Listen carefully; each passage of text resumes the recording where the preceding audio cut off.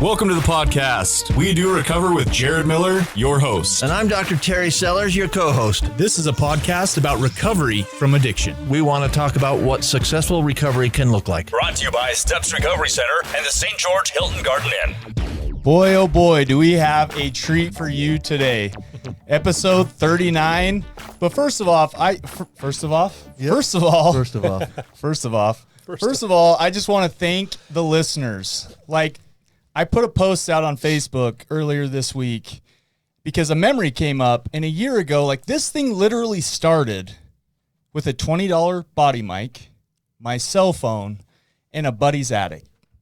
Like, it's amazing how far we've come in a year, and I want to thank the people that listen, right? The people that tune in, that listen to this thing, that draw strength and hope from it. Thank you guys. My heart is full. You're listening to We Do Recover. The name I was given at birth is Jared Miller, and I'm the host of this thing. Let me introduce the rest of the amazing people I have in the room today. Your co-host, medical expert, addictionologist, Dr. Terry Sellers. Good morning, everybody. Happy to be here. You're looking bright this morning. I'm purple today. I got my purple on, so very nice. Yeah. Very nice. Looking good. And then, of course, this thing wouldn't even be possible if it wasn't for this man. We love this guy.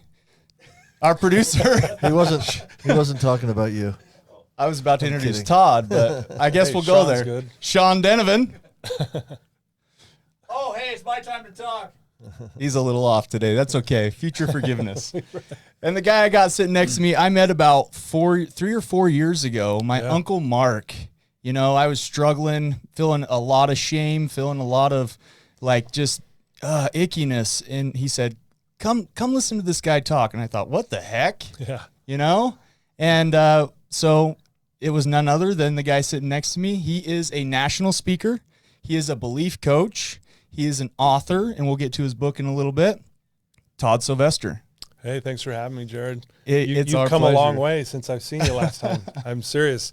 You weren't in a good place, and to see where you're at now is very inspiring. So good job, man. Some of the things you may have said to me could have very well been, you know, the light, the spark that lit my fuse. So Yeah, you weren't broken. yes. You thought you were, but you weren't. I did.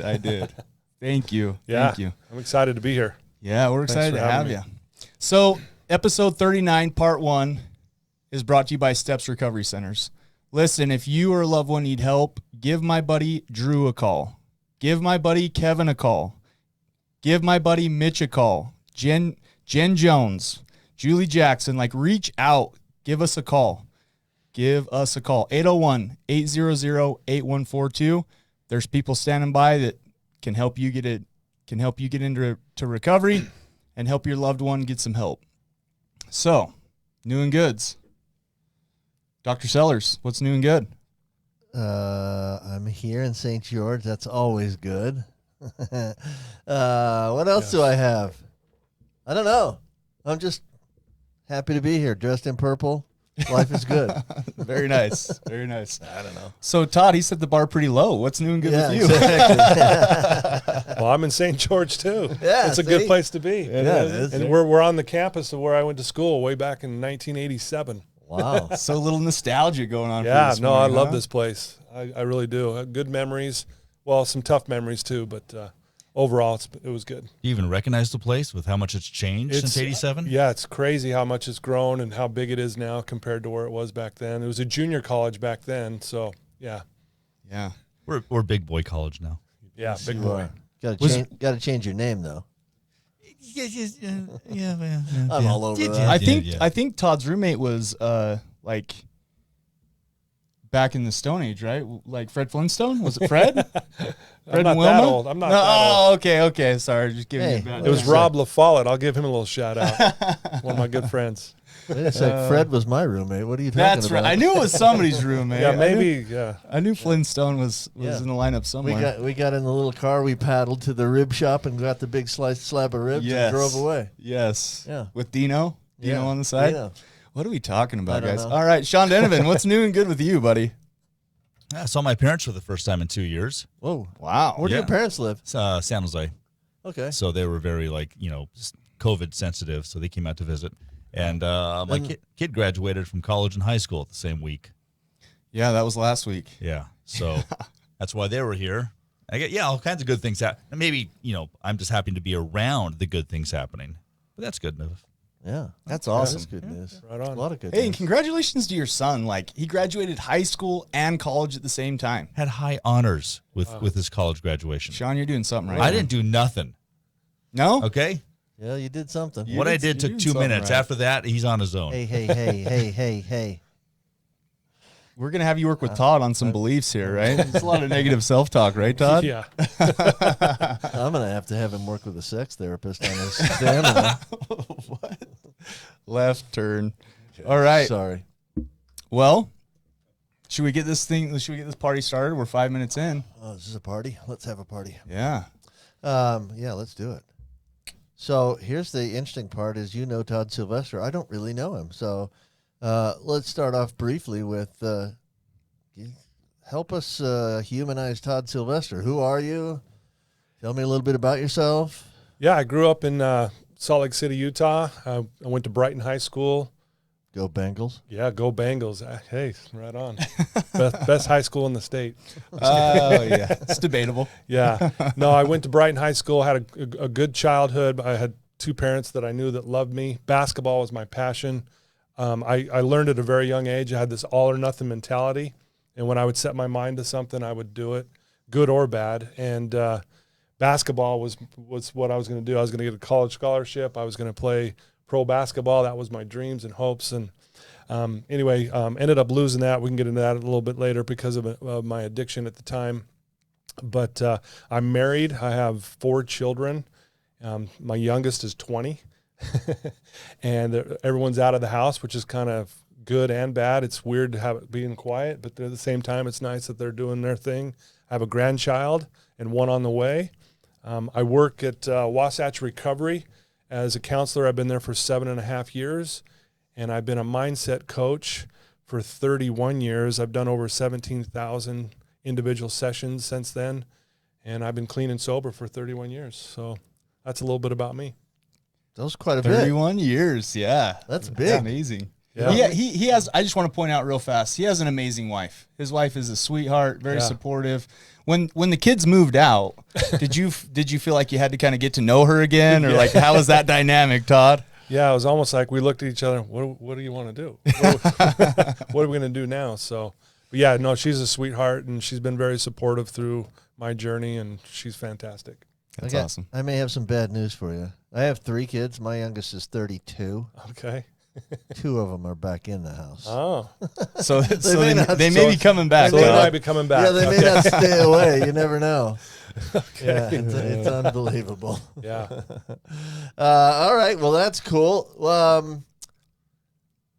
What should we do? You wrote a book. Yeah. Well, tell us about that. Like, how did you get the inspiration to write a book? We got the book right is up that? there. Yeah. So I have a book called I Am Recovered. It's my own personal story of overcoming addiction.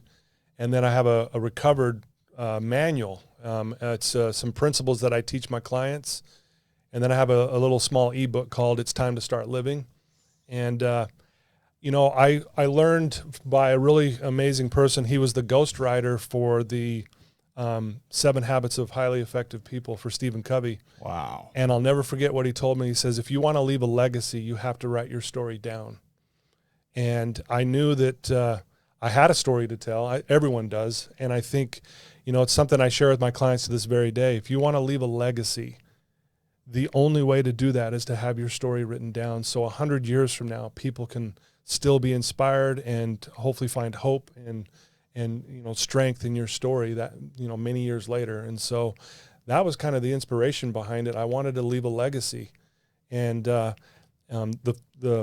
first ebook went really well. And then the I Am Recovered hit #1 bestseller on Amazon, which totally surprised me. That's amazing, though. I was like, Congratulations. what? Yeah, so that was kind of cool. And then I just barely came out with this recovered manual about 2 weeks ago.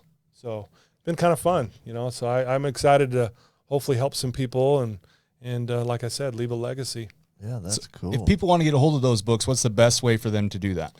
So I have a website, ToddSylvesterInspires.com. They can go there, but they're on Amazon. That's probably the best place, Amazon, but they're in other bookstores as well. But Amazon's typically the best place. Sweet. Yeah. Tell me about the choice of the cover. There's some lemons on the cover, Yes. I noticed. Well, that's an awesome story. So when I was in the height of my addiction, and I get emotional about this, really struggling, I was a bartender. And which is not good if you're trying to stop drinking. Probably not the best choice of professions for a drinker, but whatever. Yeah, it really isn't the best thing. But needless to say, I was a bartender. And as a bartender, I'd get tips from the waiters and waitresses because I would help them with their drinks. And then anyone that sit at the bar. And then I would get a lot of change. And I'd keep this change in the cup holders of my car. And I had about $30 to $40 of quarters, nickels, and dimes in there. And I was about 8 months into trying to change my life around, meaning I had finally said, okay, I need to get past this addiction. I need to do something. I was basically in relapse mode at that point and white knuckling it, having a rough time. And it was a Saturday. I remember it was this beautiful day like it is today here in St. George. And I'm driving up this road called Newcastle where I lived. And out of the corner of my eye, I see this little girl selling lemonade. Precious. Didn't think anything of it, drove right on past. And then I had this impression come over me, turn around and give her all the money in your car. And I thought, wow, that'd be cool. I got a lot of change in here. And so I flip my car around, I pull up, roll down my window, and there's this cute little 4th grade girl just sitting there. And I said, how much? She said, 25 cents. I said, I'll take one. So she pours it, hands it to me. I set it on my dashboard, and I tell her to cup her hands like this. And I just start scooping all this change in her hand. And this little girl, it's like tattooed on my brain. She just freaks out. She's like, no way, no way. I'm like, I got more. And it takes me like 9 scoops to get all this money into her hands. And the last scoop that I put in her hands, she throws on her little table there, and she takes off into the house. And I'm thinking she's going to go tell her parents some dude just gave her $1 million, right? Well, as I pull away, I just start crying. And, for your listeners here and your viewers, have you ever cried so hard you feel like you're cleansing your soul? It was one of those soul cleansing cries. I have to pull my car over. I put it in park and put my face in my hands, and I just sob. Because for the first time in my life that I could remember at that point was that I actually made someone's day. And we all know this in addiction. You become very selfish. I'm going to lie to you. I'm going to cheat you. I'll manipulate you to get what I want. And I could not believe the feeling that I was feeling. And in that moment, I wanted to be clean. In that moment, I wanted to make a difference. In that moment, I actually loved who I was. There's a beautiful quote by Ferdinand Foch. He says, the most powerful weapon on earth is the human soul on fire. This lit my soul on fire. And that all or nothing mentality kicks in. And I thought, if that little girl's there next Saturday, I'm giving her all my money. And sure enough, the next Saturday I pull up, she recognizes me.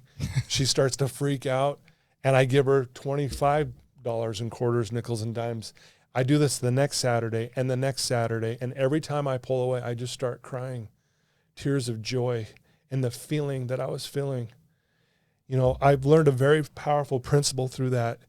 If you want to be, you have to give it away. We have to give to get. And it's one of the most powerful things I learned in that moment. And so I did this for 2.5 months every Saturday to this little girl. And I think she just set up the table waiting for me to drive by. And sure enough, I'd pull up and give her all this money. She freaked out. And it was one of those life-changing moments for me. She couldn't close up shop until Todd came through. That's true. I think so. She's like, well, I'm done for the day. Right. Todd came and I'm out of here. Talk to me about that feeling, though. You said that the feeling that you got, like what was that for you? Hey, I didn't know it then. Can I put you on hold for a second? Sure. I'm going to go outside and set up a lemonade stand. I'll be right back. Right. Yeah, and I'll drive by after, okay? Sure. That feeling was one of, I actually liked who I was. Love maybe wasn't there yet, but it felt, love and it was just, I was like, man, I'm actually making a difference in this girl's life, even if it was for 10 seconds to see her reaction. Yeah. And you know this, Jared, when you're in the height of your addiction, you feel like you're a piece of shit, to be honest with you. Yeah. You don't think you're any good. You don't think you can't, you don't. Did you notice love who you are. Did you notice the producer mark that so he can go back and Oh, sorry take about that that. out? Sorry. But no, there's some truth to that. There's a lot of truth to that. Yeah, I mean, we're a lot of times we're our own hardest critic, right? Yeah. Like you can never be as hard on me as I will be on myself. I promise you that, right? Like I'll beat myself up way worse than anybody can ever beat myself up.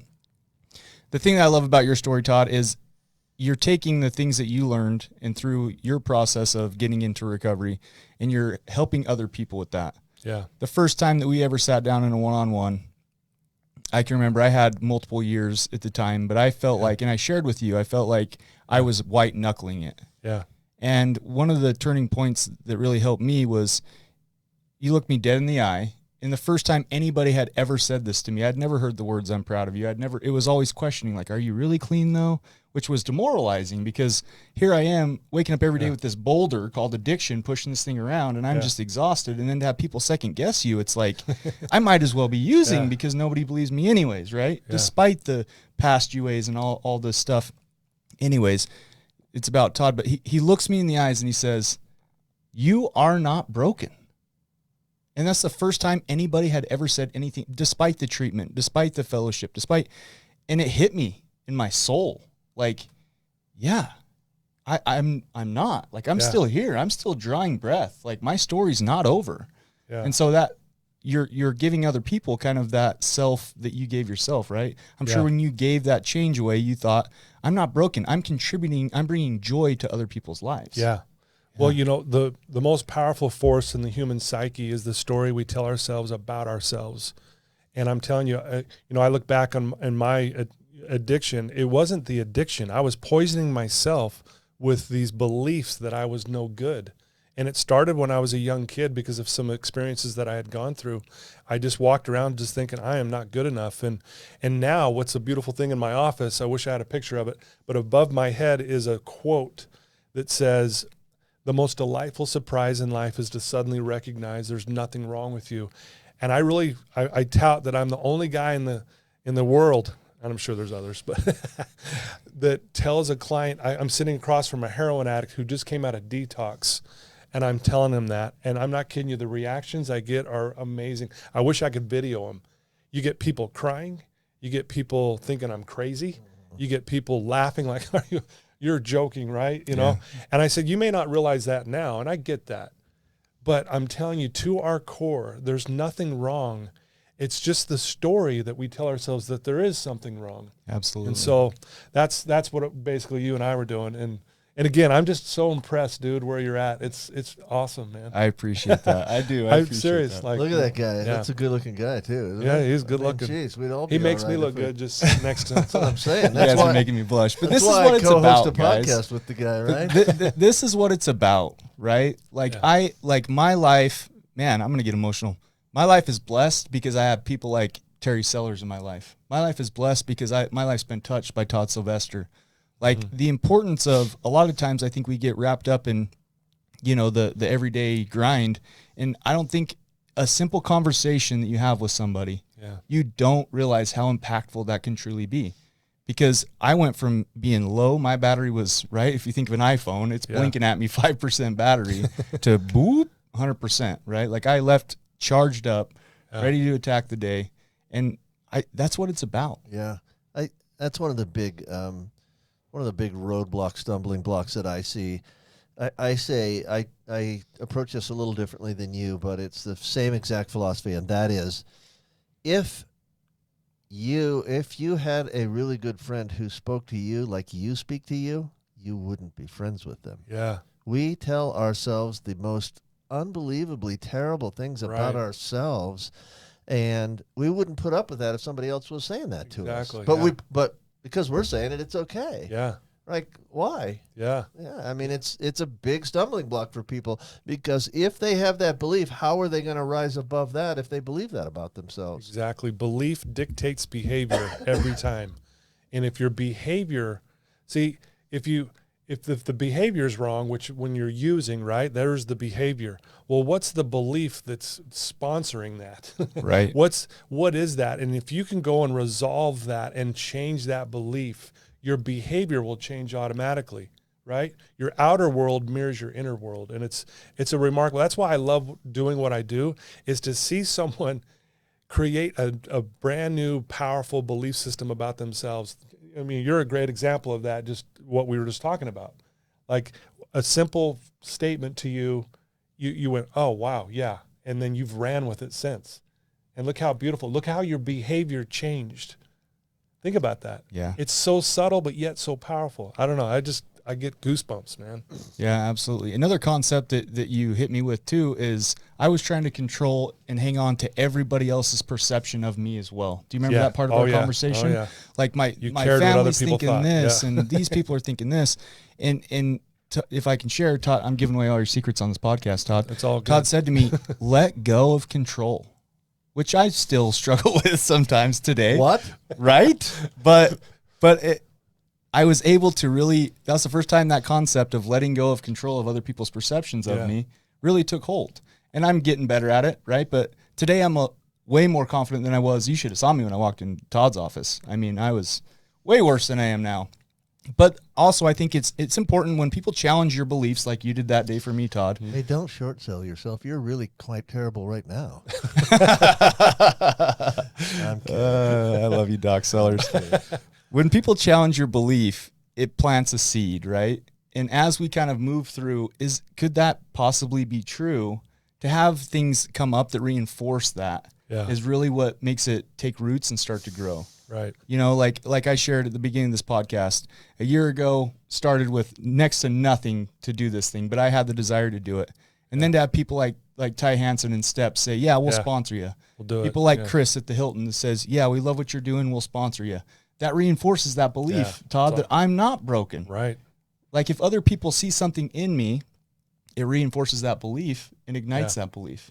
Yeah. And we've all heard this statement, connection's the opposite of addiction. Absolutely. Right. And so you could also say your beliefs are also keeping you from that connection as well, those negative ones that you had. And now that those have changed, you literally are, look what you're doing, and you're making a difference in a lot of people's lives. And it's just a beautiful thing to watch. I love it. The interesting thing is trying to talk people out of their beliefs, right? How do you get people to release their beliefs? Because when I say to people, hey, if you talk to, if a best friend talked to you like you talk to you, and then I say, change that dialogue with yourself. Oh, I can't do that. Right. All you have Yeah. to do is say, I'm awesome. Like, thanks. All you have to do is say you're awesome. I noticed that. I noticed I'm quiet and that you turned me up. I appreciate it. I'm normally not this quiet. I don't know why. But all you have to do is maybe that's part of the whole fake it till you make it. Just tell yourself you're awesome sometimes. Well, so repetition deepens the impression, or in other words, repetition creates the new neural pathway. Think about it, guys. Every one of us in this room right now could sing the ABC song, Absolutely. right? And we could, but we probably don't have time. But we could all sing it, and here's why. We repeated it, right? Yeah, we repeated it over and over and over again. And here we are this many years later, and it's a fascinating thing that our brain does. When we repeat something over and over, it goes from short-term memory to long-term memory. And when it's in the long-term memory, it's there. And that's why Dr. Sellers, that's why, agreeing with you, changing those beliefs is difficult. It's as simple as saying I'm awesome, but I'm telling you, when you've had decades of beating yourself up, Right. you have created this neural pathway, this belief system that's going to take a minute. And I'm telling you, so repeating stuff over and over again, and people kind of get sick of, it's affirmations. Right. But here's the thing. I can look in the mirror and tell myself all these good things, which I do recommend. But when I walk away from that mirror, I better act and be what I just said. So this is what's beautiful about this. Act as if. Act as if until you become, right? And when I do that, when I act as if, after I've told myself all this beautiful stuff, guess what? That's the formation of the belief system. That's when my actions are backing up what I'm saying, right? The old saying, quit quoting Buddha and be Buddha. I love that. Right? We can quote Buddha until we're blue in the face, but until I start being Buddha, the best that I can in my actions, that's when my life starts to change. Yeah, absolutely. Todd Sylvester, man, you are on fire in that mic. Thank you so much. So part one's about getting ready to wrap up. It's winding down. In part 2, I really want to touch on, he has a book, it's called Recovered. Todd's got a little bit of a different opinion on this thing, the addiction. So be sure to stay with us. Join us in part 2. We're going to jump into that after this 30-second break. Thank you.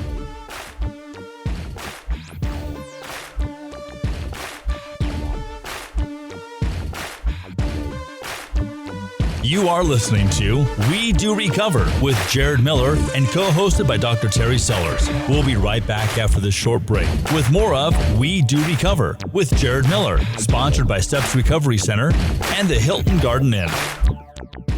I'm Desmond Lomax, one of the clinical executives here at Steps Recovery, and once you become of the Steps family, you're just a part of the Steps family. A lot of us have overcome substances, overcome addiction, and now we're able to help other people. Second of all, we're also going to help you in a way where you can afford to be helped. Third of all, we're going to give you the same quality that many organizations are charging 2 to 3 times, and it's more about you than it is about our organization.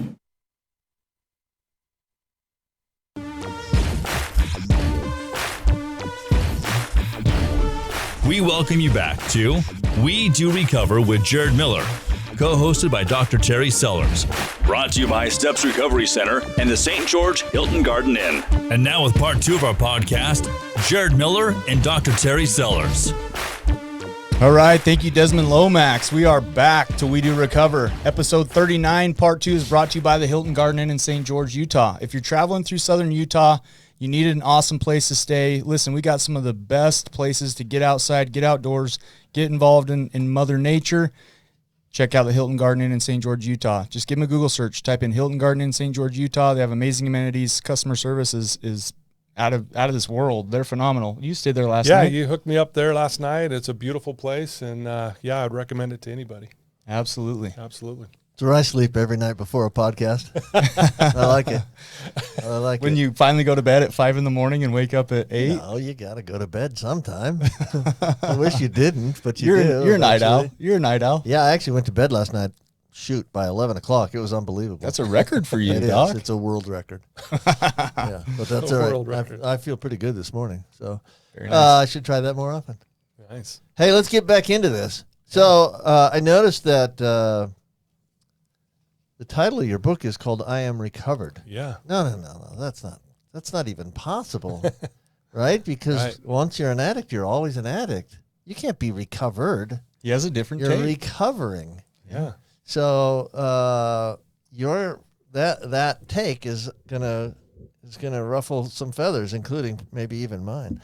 But Sounds good. But It's I gonna think be that's fun. I think that's great. No, I think let's tell us about that title. Tell us about that philosophy. Tell us about that thought. Yeah. So again, this is coming from 31 years of experience in being clean, and then also wait. Trump and- card. Yep, I'm Guy's trumping been you. clean longer than anybody else. Yeah, he's been He clean may- longer than me, so it's a pretty decent argument already, first of all. Well, just meeting with thousands of people over the years and just going through my own addiction, I just, I don't think we always have to be in recovery. I mean, I'm outliving my life. I don't have to be like, oh, I'm in recovery. And I think a lot of times what happens is people get stuck in that mindset because, again, if we're talking belief systems are real and they dictate behavior. If I think I'm diseased and broken and I'm in recovery for the rest of my life, that's a life sentence. And then and I'm not saying everyone takes it that way. And I'm not against if anyone, that's what they want to believe. And if that works for them, I'm the first one to high five them that they're living a great life, and I'm glad for them. But for me, I just believe that we can get to a point where I'm recovered. I'm not waking up every morning now going, okay, I hope I don't have a drink today. No, I'm going to go out and I was going to say something else, but I don't want to have him to mute it. But, but I'm going to go out and make a difference in this world. And that's what I'm doing. I think that kind of philosophy, if I am recovered, it's empowering.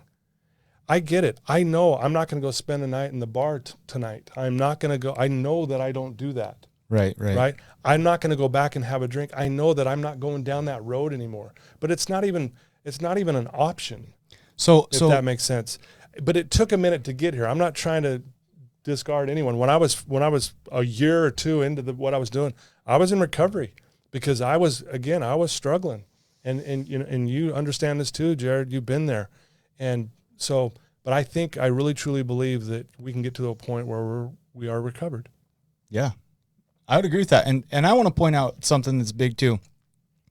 This thing isn't a one size fits all, right? Like this is not a one size fit all ball cap that everybody puts on. What works for me might not work for somebody else. Todd's mindset, the way he approaches this works for him and may work for some people. And so it's kind of like modalities in therapy. Right. If one modality isn't working, what do? You go to your toolbox, you pull out another modality, and you approach with that modality until something's going to take, right? And I think it's important. A lot of times I feel like we get so close to the tree, we can't see the forest, right? Like no matter what approach works for you. That's almost like a phrase somebody said once. Yeah, I'm a great. Interesting. It's not plagiarism, it's repurposing. Okay. Plus, I don't know who the original one. I don't think anybody knows that. But well, no. And let me. I want to add something too. So, you know, you guys have probably heard of a guy named Simon Sinek. He's one of the, you know, number one leadership for businesses and things like that. And he told me once that, and I really believe this, that if you master the first 11 steps of AA, you will drink again. If you master step 12, you'll never touch another drop. And what's step 12? Yeah, take it out to the you're giving it away. Right. Yeah. Again, going back to the Spreading principle. the message. Going back to the principle I learned when I gave away all my money as a bartender, ironically, to that little girl at the lemonade stand. And so, and that's when I knew when that's when I'm like, this is who I really am. And I think, you know, that helps me realize, you know what, I don't have to sit there and keep saying I'm in recovery. I think it can get to a point where it's over. I'm living my life and this is what I'm doing. Well, and that's what this podcast is all about. We do recover. Right. And that's part of some of the literature in the fellowship. Like and one more thing, and what follows I am follows you. And I got a very powerful story. If we have time, I'd love to share it. Well, we're going to have time. Given that intro, we're going to have time for that story for sure. But I also want to point out real quick. Can we change the name of the podcast to "We Are Recovered"? Nope, it's set in stone. Okay, but I do want to point out. I do Wow. want to point out though, and I want to get Todd's take on this. You are saying though that if you were to hang out in bars, if you were to go around slippery places as we call it, right, your disease is waiting there for you. It's waiting for you to. Well, the choice is there waiting for me. Right. Yeah, and I say this a lot to my clients. What's the worst thing you could do if you went to a bar tonight? And they'll say drink, and I'll say no. I'll say no. The worst thing you could do is not drink, because then you think you can hang out here all the time. Oh. And then you're going to go the next week, and then the next week, and then some hot girl is going to walk up and say, "Hey, you want to have a drink with me?" And in a moment of weakness, right? Right. So I get that. I'm not naive to that. Right. So, but again, when you're doing like what you're doing, Jared, you're helping people, the last thing you want to do, it's not even on your radar. Right. And that's what I'm saying. I look at you as you're recovered, because look how you live in your life. Now, Thank you. if I'm white knuckling it, and a lot of people do, and I feel for you, and that's a miserable place to be. And I was there for several years. I didn't like that feeling, and it was tough because, again, we're trying to reshape our belief systems. We're going through therapy. We're trying to process our past and some trauma and things that we've been through. That is all necessary. All of that is part of all of the recovery, for sure. And so, but again, what follows I am follows you. I am recovered, man. That's empowering. It's a statement. I learned a long time ago, Jared and Terry, I was going to make my life a statement, not an apology. I was saying sorry for year after year, and family and friends are like, "Man, would you quit saying sorry?" And it hits me. I'm like, you know what? I'm going to make my life a statement. Yeah. You can't argue with that. Absolutely. Hope my respect family's listening. Yeah, absolutely. I got a family member apologizing a bunch. Oh, really? Yeah. Yeah. Well, and again, I get why they're saying it, but it's about taking accountability. When we take accountability, suffering stops. The opposite of accountability is playing the victim, and then I'm constantly saying I'm sorry. I have to finally look in the mirror and go, okay, enough's enough. I'm taking charge of my life. And that's when I knew that I was going down a different road, kind of like with you, Jared. You finally knew, like, you know what? I'm going down a different road. Yeah. Yep. So, Not only that, but it's kind of like what are you going to say about me that I don't already take accountability for and I don't already own, right? Right. Like you can't shame me for something that I've already said. Yeah, that I did make that mistake. I did do those things. You're absolutely right. Yeah. Yeah. So let's get into that story. Yeah, I thank you. I hope that's Absolutely. okay. And Yeah. I'll go quick because I know we got a lot to talk about. Hey, it's all about you today. But- Episode 39 is yours. Thank you. Because this is one of the greatest experiences I've ever had and one of the most powerful teaching moments I've ever had in my life. And so I've done a lot of speaking events over the years, but 2 years ago, I had the opportunity to speak at the Utah State Prison. Ooh. The Toastmasters reached out to me and set that up. And so I got to go out to Promontory here at the Utah State Prison. And I I go there. I have to go through a background check. And, you walk through, big fences with barbed wire and, the metal doors is like what you think prison would be. And it's a little intimidating. I'll be honest with you. I was a little intimidated. I'm like, wow, okay, this is different because I've never done that cozy before. and warm and welcoming. So I go through a metal detector. There's 3 guards sitting there, and they pull me aside and they run down, what I got to do. And they said, if something goes down, make sure you're standing by one of us. And I'm like, is there something going to go down? Right. Do you know something I don't know? Anyway, so I walk into this gymnasium. It's a cinder block gymnasium walls, right? Not very big, so it's loud. Oh, yeah. But I walk in the back, and there's 120 inmates sitting in there. So again, feeling a little intimidated. I have to walk all the way in front of them to get to the front row where I was sitting. And they're all just kind of looking at me. They're probably like, who's this old dude who parts his hair on the side? What's he going to tell us? Right? Yeah. So I sit down. They have 3 inmates go before me. They're each going to take 5 minutes, and they want me to take an hour and 15 minutes. So these 3 guys go, and it was amazing. These 3 guys, they shared about their story of recovery and what they've been through, and I was just blown away. One of the guys says, if you don't own your story, it owns you. Mm-hmm. And I went up to him after. I'm still in that. Right? So I give him props for that. Anyway, so I stand up, and I'll tell you what, guys, I've done a lot of speaking events, a lot of them in high schools and junior highs. And if you can keep a junior high auditorium, all these kids listening to you, Engaged. It's a miracle. Right. It might be worse. It might be better than a miracle. Yeah, I think it is. Herding cats. for Herding sure. cats. These guys were sitting up. They weren't talking to their neighbor. I had their attention. It was, how like when you got the room? Yep. I had the room, sharing my story. And I had this impression come over me to ask them this question. I said, how many of you by the show of hands are criminals? Every hand goes up, right? And they're looking at me like, duh, Todd, we're in prison. Right. Do you know where you are, Hello? Todd? Do you know where you're at? Wow, this guy's And, dumb. and with their hands up, I said, why are you lying to yourselves?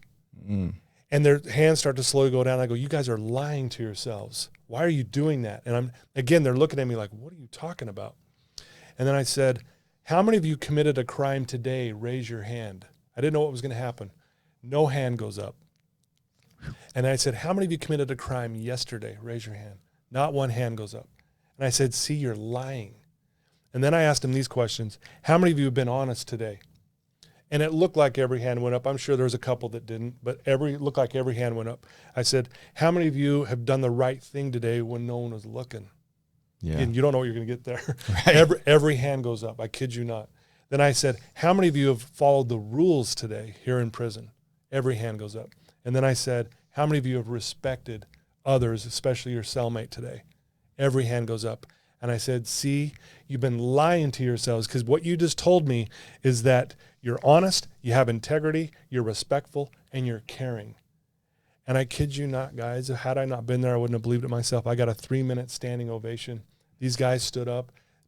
Guys were getting emotional. I had one guy waving me down saying, hey, I'm like, what? He goes, can I come give you a hug? Yeah. This guy comes up, gives me this hug. And when they sat down, I said what I just said earlier. What follows I am follows you. Quit calling yourself criminals. You guys know that you've done criminal behavior. We all know that. Right. But today, you're honest. You have integrity. You're respectful and you're caring. I mean, that's a pretty good person in my book. I'll take that all day long.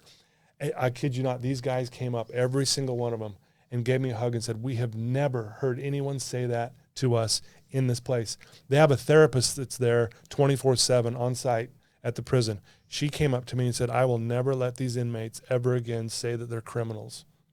That's amazing. It was, and again, back to what we originally were saying, the most powerful force in the human psyche is the story we tell ourselves about ourselves. The narrative theory. Yes. Yes. Yep. It becomes your reality. Right. You know, reality is merely an illusion, albeit a very persistent one. And so whatever we're telling ourselves becomes our reality. And that goes back to, that's why, and just works for me. And I'm not against how, like you said, different modes for anyone. I am recovered, man. I look myself in the mirror and I say that, and I get emotional because I know the hell that I've been through. Yeah. And I'll never forget that. But it just empowers me. It helps me go, you know what? I'm never looking back. And so, but anyway, thanks for letting me share that. Oh, Appreciate that went great. I'm so glad we got that story. I have That a different story in the gymnasium at the prison, but Is this podcast appropriate? Yeah, as a freshman, we took a basketball team out there and played the prison basketball team, and we're walking down the rows where there's cells, and we were black and yellow, and everybody's, hey, the bumblebees, and I'm scared to death. I'm like this little 17-year-old freshman kid, right? And we played against the prison team, and the center was 6'9", and we had a guy that was, I think I might have been the center at 6'1" at that time, and I shook the post up, shook the hand of the guy next to me and said, "What are you in for?" And he said, "Murder." And I'm like, we're not going to win this game. You're like, here's the ball. You think I'm going to body up hard on this guy? Yeah, you think I'm going to foul you now? There's no way.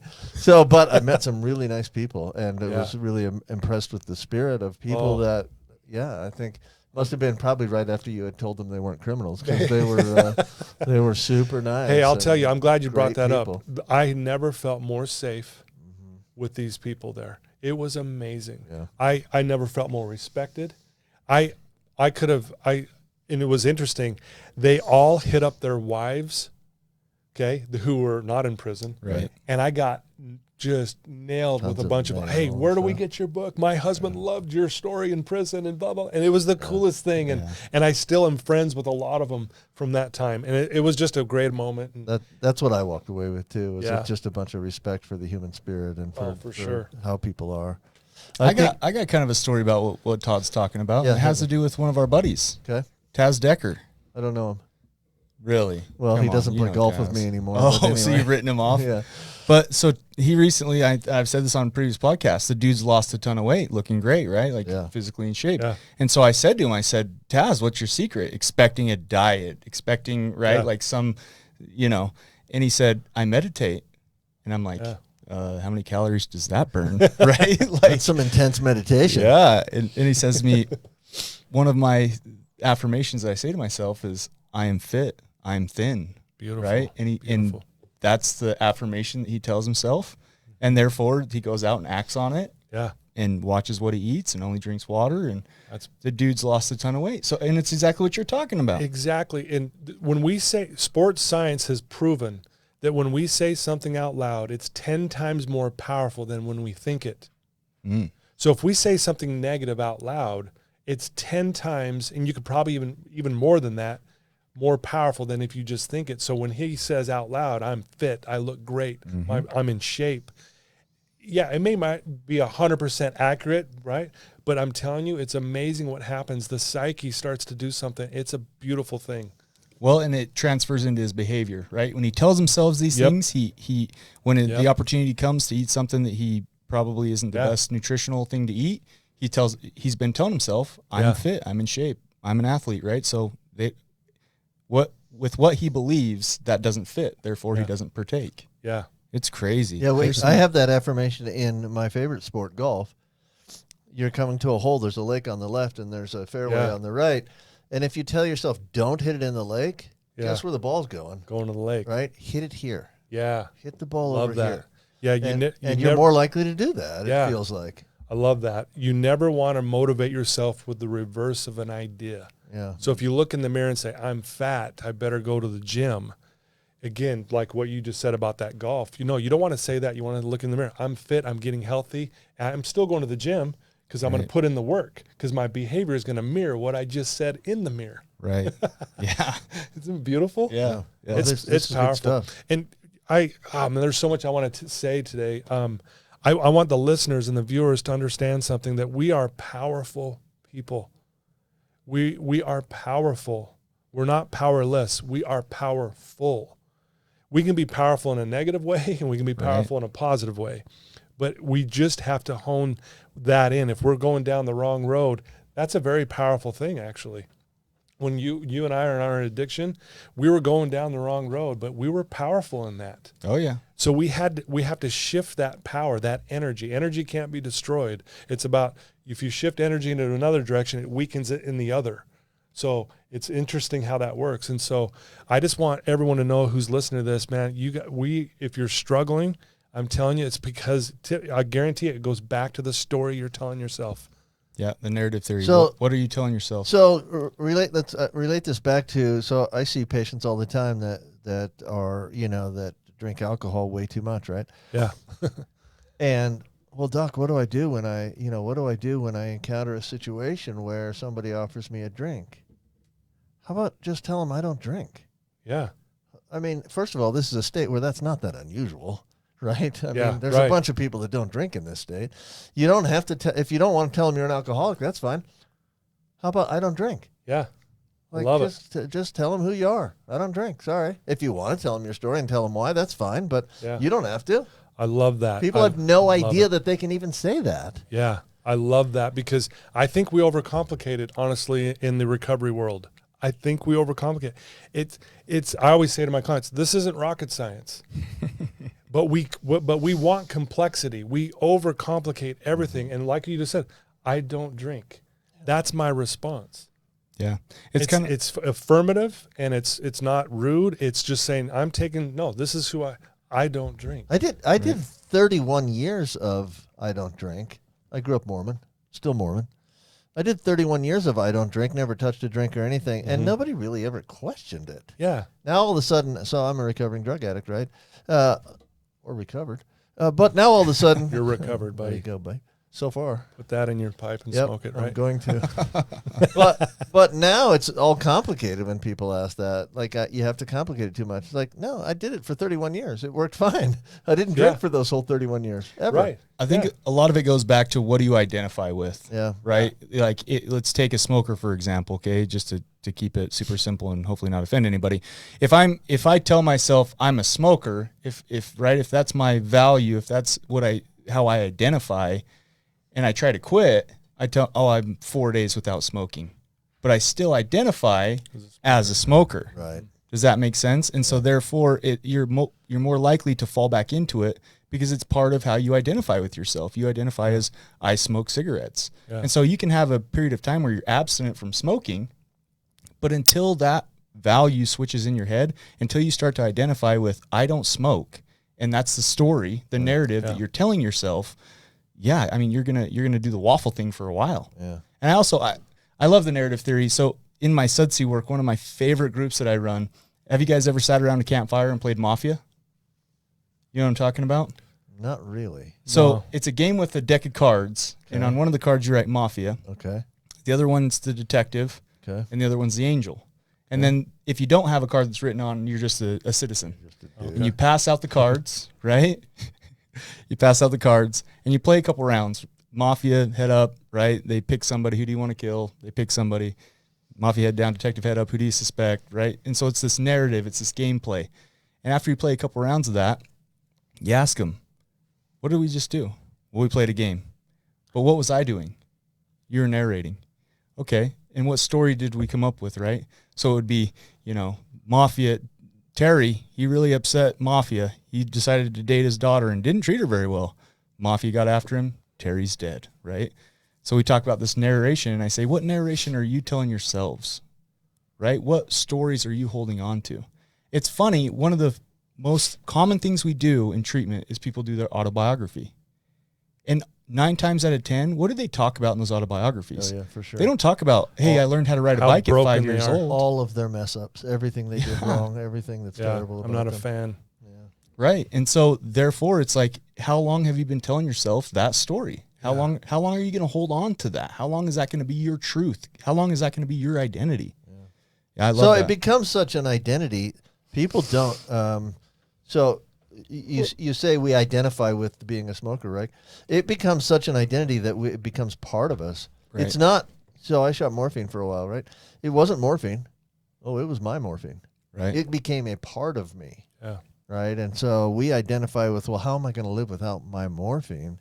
Well, okay, you made that a part of you. It's time to get rid of that and give that away and make it not your morphine anymore. It's morphine. Right. Yeah. Right. And I want to, if you're listening to this and you think it's all crazy hoo-ha, I want you to think of something. When I was broke, no money, pawned everything that I valued. When you say broke, you mean didn't have any money? Didn't have any money. Okay. Homeless. Not broken. I found a way, right, to acquire my substance of choice. Oh, for That's sure. through my thought. Right? I attracted it. Right. And what Todd's talking about is the opposite of that. Right. Todd, thank you so much for coming on today. We got a minute. We're winding down here. Yeah. Dude, you're a, Thanks for having me. Hey, that was you're good a stuff. spiritual giant. Yeah. Do you Thank you. have something you'd like to leave with the listeners? Like, is there a... Yes, I would. If I could go back to my addiction 31 years ago and walk up to it and say something to it, I would say thank you, and I'd give it a big hug. You want to know why? Because I'm sitting here talking to you too, and all your listeners and viewers. I'm not kidding you. Life happens for you, folks, not to you. I really do believe everything we go through is a blessing, the good and the bad, because we learn from it and we grow from it. Again, Jared's a beautiful example of that. And I'm grateful that I've learned these things. Thank you so Love you much. guys. Thank you so much. We're taking a break next week. After that, though, we'll be back on the 28th. We appreciate you guys checking this out. The only thing we ask is that you share it, leave a comment on why you loved it. Thank you. Thank you for joining us today on We Do Recover with Jared Miller. Help us spread our message of hope. Like, comment, and share. If you have any topics or ideas for future shows, please share that on our Facebook page. That Facebook page is We Do Recover with Jared Miller. If you or a loved one needs help, please reach out to us. Again, thank you for listening. Brought to you by Steps Recovery Center and the St. George Hilton Garden Inn.